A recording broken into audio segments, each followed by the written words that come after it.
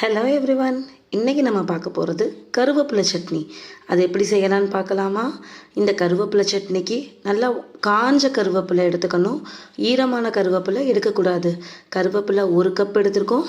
5 வத்தல், ஒரு 6 வெள்ளைப்பூடு, கொஞ்சமாக இந்த அளவுக்கு புளி எடுத்தால் போதும். ரொம்ப புளி போட்டோன்னா நமக்கு புளிச்சிடும். ஸோ இந்த அளவுக்கு புளி போதும். ஸோ ஒரு வடை சட்டியில் 2 டேபிள் ஸ்பூன் எண்ணெய் ஊற்றிட்டு 5 வத்தல் போட்டுடுறோம். வத்தல் போட்டோன்னே சிம்மில் வச்சுட்டு நம்ம எடுத்து வச்சுருக்க புளி ஆட் பண்ணுறோம். அது கூட வெள்ளைப்பூடையும் போட்டு ஒரு நிமிஷம் எல்லாத்தையும் நல்லா வதக்கணுன்னா நமக்கு சீக்கிரம் வதங்கிடும். இதை எடுத்து தனியாக வச்சிடணும். அதுக்கப்புறம் அதே எண்ணெயில் நம்ம எடுத்து வச்சுருக்க கருவேப்பிலையை ஆட் பண்ணுறோம். கருவேப்பிலை போட்டு நல்லா மொறுன்னு பொரிகிற அளவுக்கு, கருகிராமல் ஆனால் சிம்லையே வச்சு நீங்கள் வதக்கணும். நல்லா மொறுன்னு வர அளவுக்கு நீங்கள் இந்த அளவு வர வரைக்கும் நீங்கள் வதக்கிட்டு ஆற வச்சு இதை எல்லாத்தையும் சேர்த்து ஒன்றா ஜாரில் அரைச்சி இந்த பேஸ்ட்டாக எடுத்து வச்சிடணும். அதுக்கப்புறம் ஒரு வடைச்சட்டியில் 3 டேபிள் ஸ்பூன் எண்ணெய் ஊற்றிட்டு கடுகு உளுந்து நம்ம ஆட் பண்ண போகிறோம். இதை உளுந்து அதிகமாக இருந்தால் நமக்கு நல்லா இருக்கும் சாப்பிடையில. ஸோ எக்ஸ்ட்ரா வேணுங்கிறவங்க உளுந்து எக்ஸ்ட்ரா ஆட் பண்ணிக்கலாம்.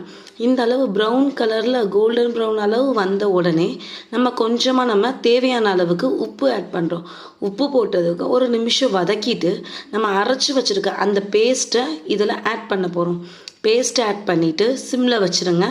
சிம்மில் வச்சுட்டு நம்ம எக்ஸ்ட்ரா தண்ணி ஊற்றி நம்ம ஜாரை கழுவி அந்த தண்ணி ஊற்றி அதை இதில் ஊற்றி நல்லா மிக்ஸ் பண்ணி விட்டுட்டு உப்பு பத்தாட்டி உப்பு போட்டுக்கோங்க. மிக்ஸ் பண்ணிவிட்டு நம்ம ஃபுல்லில் வச்சு ஒரு 2 நிமிஷம் இந்த அளவு கொதிக்க விட்டோன்னே, இந்த அளவு கொதிக்கையில் நம்ம அடுப்பை சிம்மில் வச்சிடணும். சிம்மில் வச்சு நம்ம சுண்டை இந்த அளவு வர அளவுக்கு எடுத்தோன்னா நம்மளோட கருவேப்பிலை சட்னி ரெடி. குழந்தைங்கள்லேருந்து பெரியவங்க வரைக்கும் கருவேப்பிலையை எடுத்து போடுறாங்களா? இந்த கருவேப்பிலை சட்னி கொடுங்க, அவங்க விரும்பி சாப்பிடுவாங்க.